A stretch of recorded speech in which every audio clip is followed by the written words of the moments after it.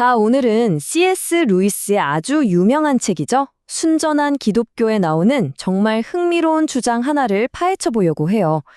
인간이라면 누구나 아는 어떤 법칙에 대한 이야기인데요. 바로 그 도덕률 논증을 지금부터 함께 따라가 보겠습니다. 우리 다툼으로 한번 시작해 볼까요? 다들 한 번쯤은 경험해 보셨을 텐데 우리가 누군가랑 막 언쟁을 벌일 때 있잖아요. 그때 사실은 무슨 일이 벌어지고 있는 걸까요? 자, 좀 더 깊이 들어가 보죠. 루이스가 뭘 지적하냐면요. 우리가 다툴 때 그냥 내 행동 마음에 안 들어. 이게 아니라는 거예요. 그보다는 상대방이 당연히 알고 있을 거라고 우리가 기대하는 어떤 공통의 기준, 어떤 룰에 호소하고 있다는 거죠. 이게 참 기묘한 생각으로 이어지는데요. 마치 우리 모두가 전 세계 모든 인간이 보이지 않는 어떤 규칙서를 함께 보고 있는 것 같다는 거예요. 옳고 그름에 대한 공통된 이해. 이걸 루이스는 인간 본성의 법칙이라고 부릅니다. 자, 근데 이 법칙에 대해서 정말 재밌는 게 있어요. 두 가지 아주 핵심적인 사실을 우리가 발견할 수 있다는 겁니다. 첫 번째는요, 우리 모두가 보편적으로 이 법칙을 믿는다는 거예요. 다른 사람들이 당연히 공정하고 정직하고 또 품위 있게 행동해 주길 기대하잖아요. 그쵸? 그리고 두 번째, 이게 진짜 핵심인데 우리 중에 그 누구도 이 법칙을 완벽하게 지키는 사람이 없다는 겁니다. 남이 규칙 어기는 건 기가 막히게 잘 찾아내면서 정작 내 차례가 되면 온갖 핑계와 변명을 늘어놓죠. 우리 모두 그렇잖아요. 사실 루이스는 바로 이 변명을 한다는 것 자체가 우리가 이 법칙을 얼마나 뼛속 깊이 믿고 있는지를 보여주는 가장 확실한 증거라고 말해요. 한번 생각해 보세요. 애초에 판단의 기준이 되는 법칙 같은 게 없다면 우리가 굳이 자기 행동을 변호하고 방어할 이유가 뭐가 있겠어요? 좋아요. 그럼 이 법칙은 대체 어디서 온 걸까요? 그냥 우리 머릿속에서 나온 걸까요? 몇 가지 흔한 반론들을 하나씩 짚어보면서 이 미스테리를 한번 풀어보죠. 첫 번째 가설은 이거예요. 그거 그냥 집단 본능 아니야? 그러니까 무리를 지어서 생존하기 위해 서로를 돕도록 진화한 뭐 그런 거 말이죠. 루이스가 여기서 정말 기가 막힌 비유를 하나 드는데요. 우리의 여러 가지 본능들 있잖아요.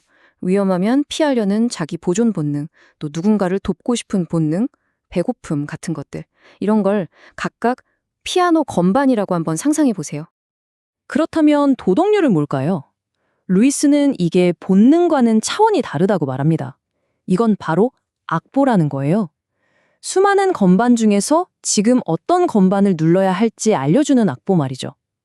예를 들어 도망치고 싶은 본능이 훨씬 더 강하게 느껴질 때조차 아니야, 지금은 돕는 본능을 따라야 해 라고 우리 안에서 촉삭이는 것.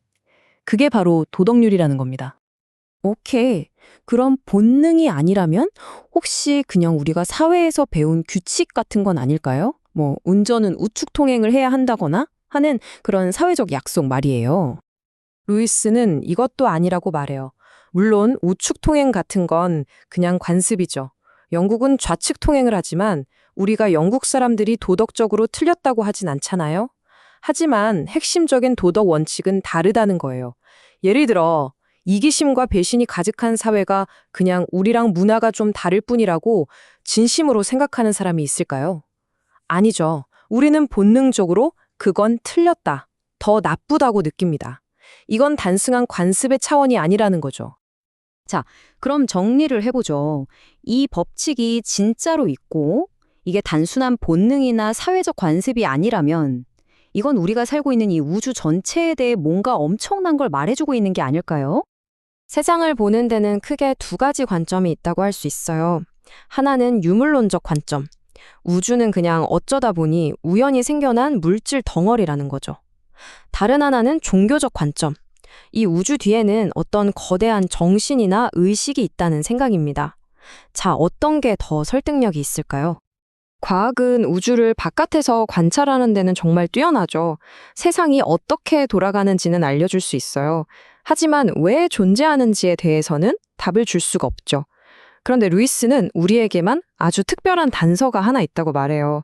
바로 우리는 우주의 관찰자이기도 하지만 동시에 인간이라는 존재의 내부에 있다는 사실입니다. 그리고 바로 그 안에서 우리는 이 이상한 도덕률을 발견하게 되는 거죠.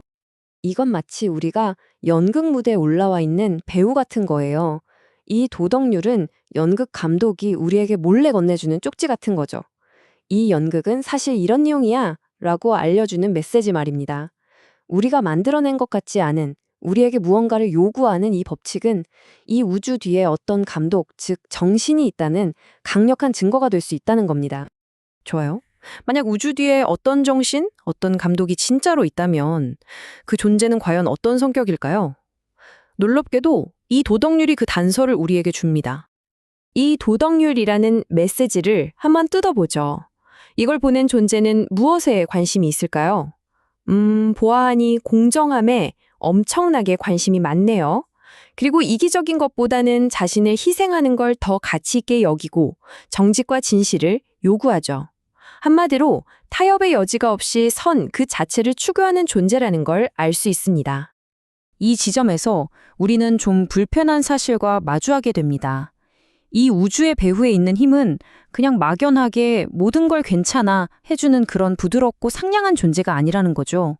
그 존재는 우리가 우리 스스로의 기준으로도 지키지 못했던 바로 그 절대적인 선의 근원이라는 겁니다. 그러니까 핵심은 이겁니다.